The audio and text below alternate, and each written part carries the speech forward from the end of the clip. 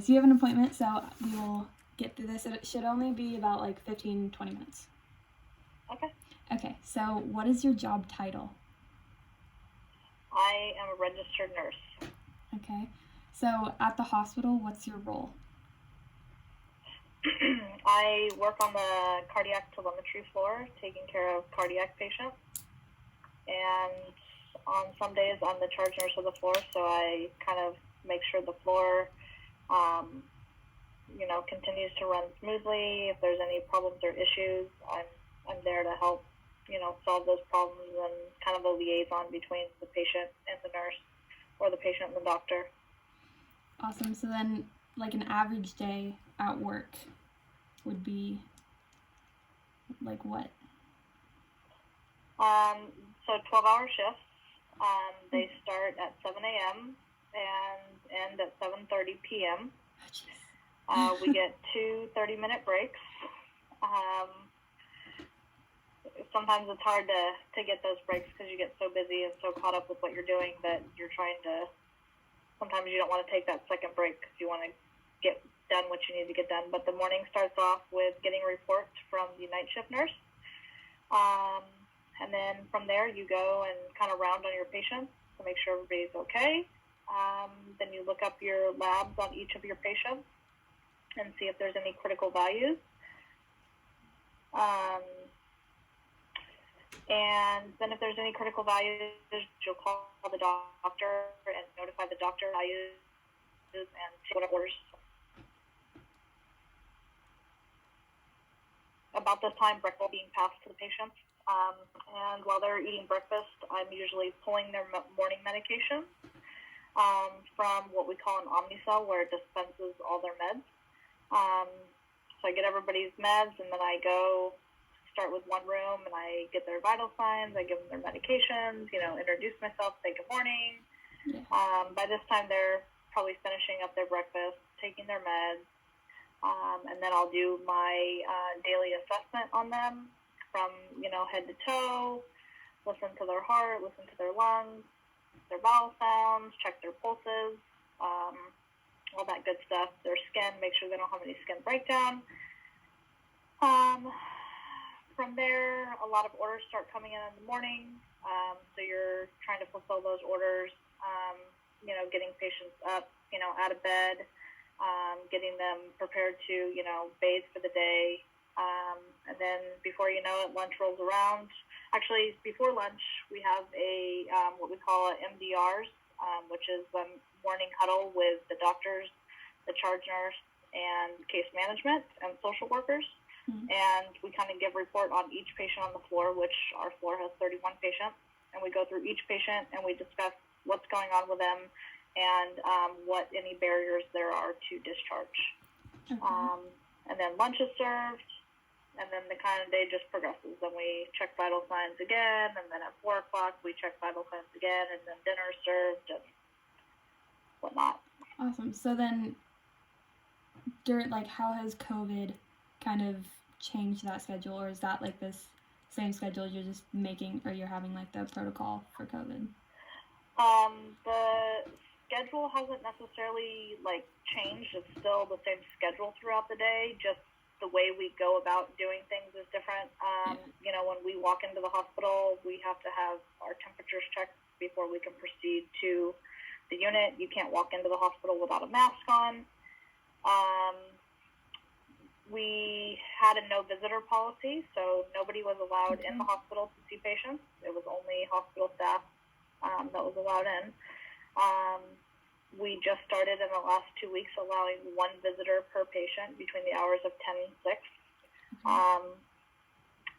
So that's, made things a little bit different, just because we got to make sure now that those people coming in are protecting themselves, obviously, and we're being protected.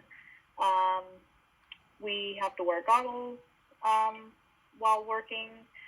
We have to always wear a mask. And if you have a COVID positive room, we had to kind of change the way.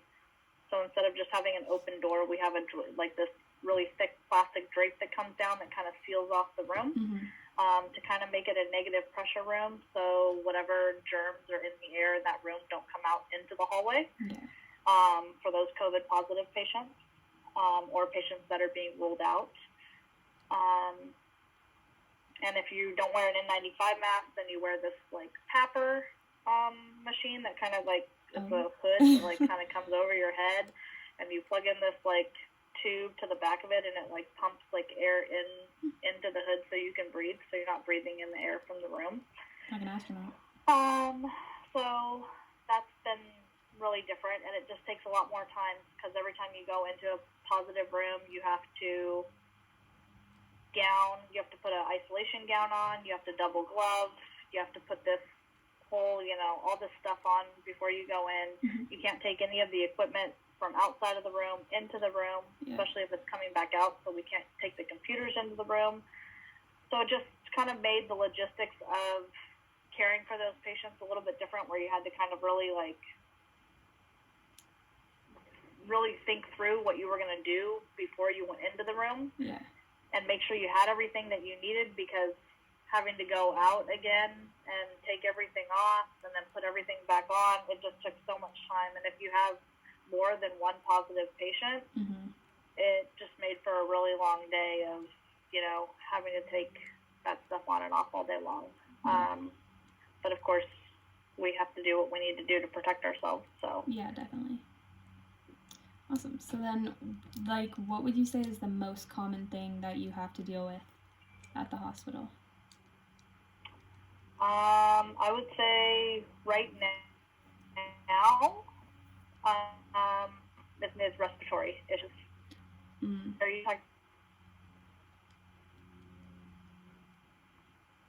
talking specifically with COVID patients, like what we have to deal with, or just in general? Just in general. Just in general, we obviously, because we're a cardiac floor, so any patient that's on our floor is there because there's some sort of cardiac issue going on, okay. And they need to be monitored like 24/7. So yeah, that would be the main thing. Okay, solid. That's pretty cool. So then, with especially now all like the COVID patients and stuff, is there really any like downtime besides like your 30 minute breaks? But I feel like it's always busy. Our floor is it's the busiest floor in the hospital. Wow. So it's a really, our patients are sick, and now with COVID, it just makes everything more time consuming. Yeah. So there really isn't much downtime now. Okay, that doesn't surprise me. So, what made you decide to become a nurse in the first place? When I was in high school, at Moore Park High School, I was in the Health Science Academy, and when I was a senior, I always knew I wanted to go like into the medical field, I just knew I wanted to help people. Mm-hmm. And at first, I kind of thought I wanted to go more into the whole sports route, physical therapy route, sports medicine, because I love sports, and so I kind of wanted to be able to help people and still be dealing with sports or injuries or whatnot. Mm-hmm. So I was in sports medicine when they had it, and I did that with Miss Alexander, and treated the football players when they had injuries and whatnot, and taped up their ankles or their wrists before games, and so that was really cool being able to do that. Or even the basketball games, taping up ankles before games, or being there for the games, and when there was an injury, we got to help assess the injury and take care of the the students. Mm-hmm. And then I kind of learned that physical therapy had a lot of math in it. It was a math-heavy major, and math definitely was not my strong point. Mm-hmm. So I kind of then decided, I don't know, that I really want to go that route. And then when I was a sophomore in high school, actually going back a little bit, my little brother was born, and my mom and dad let me kind of go through childbirth classes with them, and I got to be in the room when he was born, and the doctor actually let me hold the light for him while he was delivering my brother Drew. Oh. And so I got to see a baby being born, and from that moment, I just remember saying I want to do what that lady does, and it was the nurse. Mm-hmm. And so from that moment I knew then I wanted to do nursing. And so then when I became a senior in high school, I joined the CNA program at Moore Park College and became a CNA in the hospital, a certified nurse's assistant, and then proceeded to just go after my prereqs for nursing and continue on. Yeah, that's so cool. Okay, so then is it what you expected when you first were like, oh yeah, this is like what I want to do? It definitely was. It's changed over the years because as anything, hospitals are a business. Yeah. So, and as we know, businesses, it comes down to one thing, and that, it's dollar signs. So and you kind of learn that like over the years that it ends up becoming you're there for the patients and to take care of the patients. Mm-hmm. And even though like the hospital itself, the business itself is there to provide that care for the patients, they're also, it's that bottom line and making sure that they're making the money and meeting quality metrics, to make sure that they're still getting, those grants and, that coverage from the state and getting paid from insurance companies and, whatnot. And of course, us on the floor as nurses, it's like, we just want to take care of the patients. Like, exactly. You don't have, there's so many other things that we have to do that are not like taking care of just to cover as a business to show that like we're doing this, like, and so they get paid for, all the things that they're doing. And that part of it kind of like sucks because it takes away from the bedside and being able to be there at the patient's bedside. So you sometimes feel like you can't spend all that time in the patient's room because it's like, okay, I gotta get out of here. So I gotta chart or, I gotta go move on to the next patient or, so, but at the end of the day, you're still taking care of people and you're still making a difference in their lives one way or another. So that's what it's all about. So then with like the whole money thing and stuff, would that probably be one of the aspects you would change? Or like if you could change one thing about your job? I definitely would love to be able to spend more time at the bedside with the patient. Yeah. Okay, makes sense. Let's see, you've answered some of my other questions in your questions, so. Okay, so how long have you been a nurse? I've been a nurse for 14 years. Okay, nice. So far it seems like you obviously love being with your patients and helping people, but like, have you ever had to deal with a patient who didn't cooperate that well? Oh yeah. And how Every do you day. deal with that?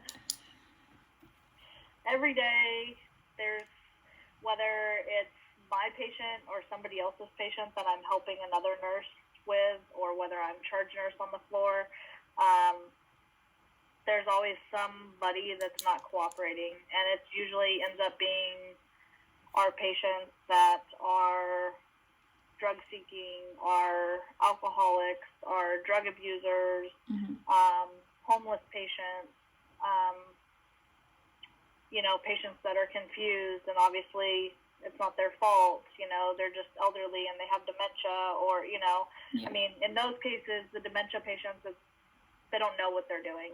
And in the other sense, the other ones, a lot of times they're just, they can be really rude and disrespectful, and very demanding.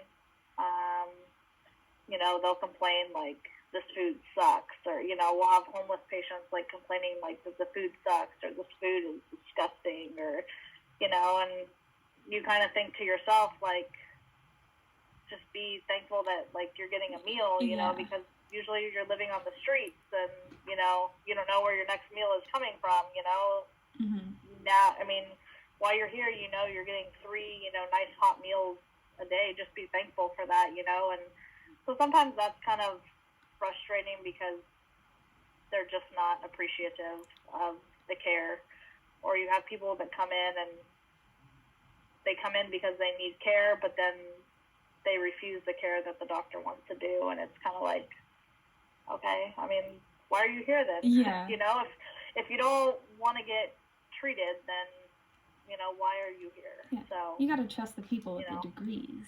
I mean, Right, if that's what and you're... I mean, you get talked down to sometimes, you know, called names, Yeah. get stuff thrown at you. It can be That's frustrating. it can be a crazy day for sure. Yeah. Not every day, but there are those days. So Yeah. That's... Whew. So then, obviously that's a challenging part of your job, but what would you say is like the most challenging aspect of being a nurse? Physically or mentally, whichever.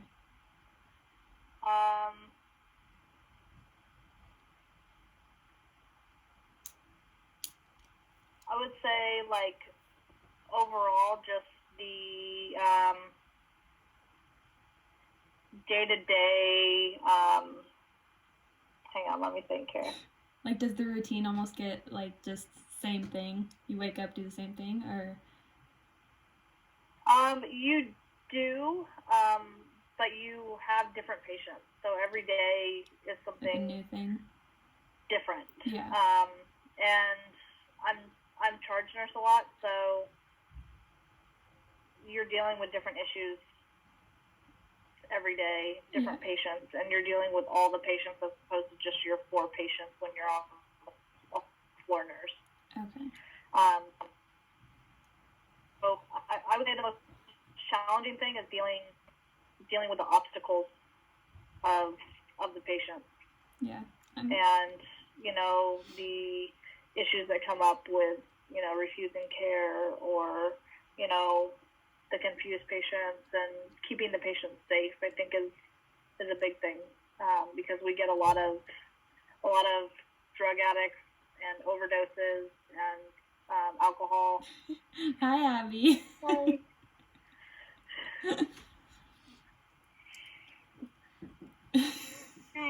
Hi.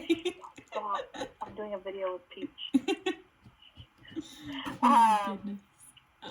We get a lot of, you know, drug addicts and alcohol intoxications and withdrawals, and so that can be super challenging. Trying to keep the patient safe while they go through those periods of time. Yeah, I can imagine it can be like really like have a really big emotional toll because you're dealing with people during like their worst times, you know. Right. So that would definitely be hard. And obviously you have to understand from a nursing perspective too that they don't want to be there. Yeah. Nobody that comes into the hospital that you deal with on a daily basis wants to be there. So their mentality, that those are the kind of people you're dealing with. They're not happy to see you. Mm-hmm. They're not happy to be there. So that's their kind of it. You deal with a lot of negativity, and then, you know, on top of that, you deal with people that aren't appreciative. Yeah. And so that makes it hard because, I mean, you get up every morning to go and take care of people and give up your time, you know, to take care of them, and then to kind of be treated like crap. It sucks sometimes. But then, sometimes you can kind of just turn your head and be like, it's all right, you know, I'm, you know, here to do my job and take care of them. That's what I'm doing. But then other times it can be tough. Like you said, the day in and the day out. Yeah, definitely. You know, then you get to come home to Abby and just hang out. Yep. My little peanut. That's what keeps me going. Okay, so then what would you say, okay, because I think obviously all nurses are like very compassionate and kind people because you want to help people. So what do you think is the most important quality or characteristic that a nurse should have? Compassion. Yeah. Okay. And just that want to help people and you know,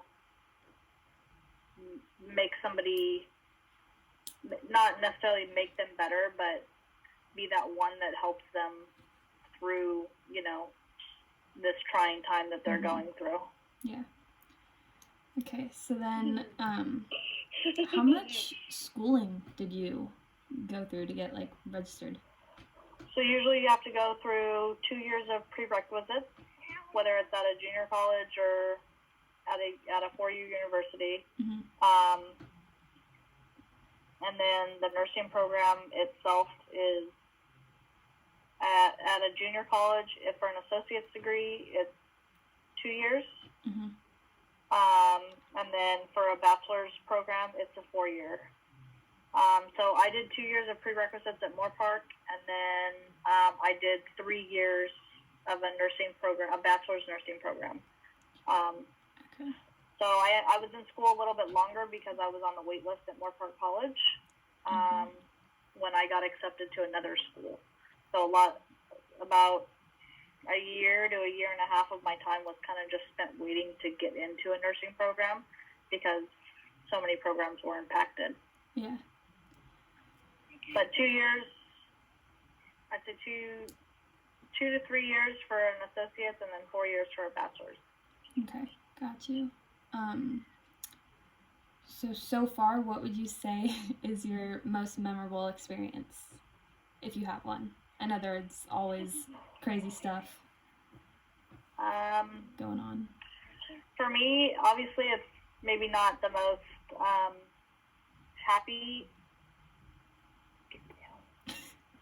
happiest of moments. Yeah.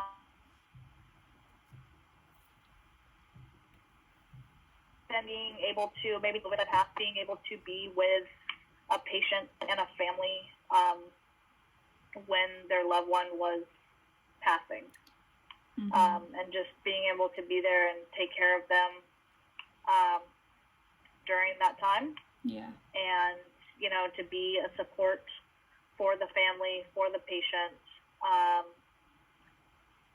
and just be kind of try and be that strong person for them, because obviously at that moment they're, you know, very weak and just, you know, feel defeated. And so just being able to be there for them. And I have to tell you that I've cried with plenty of families, plenty of patients. And over 14 years, it's never gotten any easier. Yeah. So that takes a really strong person. I remember in the beginning, people would tell me, like, you know, when my first patient died, I was just like a wreck. Yeah. I mean, I'm emotional anyway, and so then, you know, then dealing with that, it was just super hard for me. And I remember them telling me, like, don't worry, like, it'll get easier, you know, whatever. And I just kept thinking, like, in my head, like, okay. But at the same time, I was thinking, like, how does watching someone, like, die get easier, you know? Yeah. Like, it's weird because you don't know these people, you know? I mean, they're just basically strangers off the street, you know? Here you're taking care of them, and you're sitting there, like, crying, and it's like, it's not because, like, you know them or their family or anything, but it's just you've been there for them at their weakest moments, and you're the one that's there taking care of them during that time, you know, or, you know, transitioning them into the next, you know, phase of their life. And it can be tough, especially if, you know, they've been there for a while and you've kind of got to know the family. Yeah. And, you know, you've kind of seen, you know, there was a patient that they've been there for like 3 weeks. And so every week that I went into work, whether I was taking care of that patient or whether I just was on the floor, I would talk to that family. I would go in and see the patient. You know, if I was taking care of the patient, I was taking care of them, you know, and you kind of do kind of start to build somewhat of a relationship with them and get to know them. And, and so I think that's probably the most rewarding, but the hardest thing at the same time. Yeah. To deal with. I can imagine it would be like really hard when you start to develop the personal connection with them and the family. Right. That just makes it that much more just like, whew. Okay, well, do you have anything else to add? I don't think so. Okay, awesome. Well, thank you again so much for doing this. Oh, you're welcome. Anytime. Awesome, yes. Well, I hope you have a great rest of your day. Have fun at your appointment. Thank you. All right. Take care. Bye. Bye, Bye. Abby.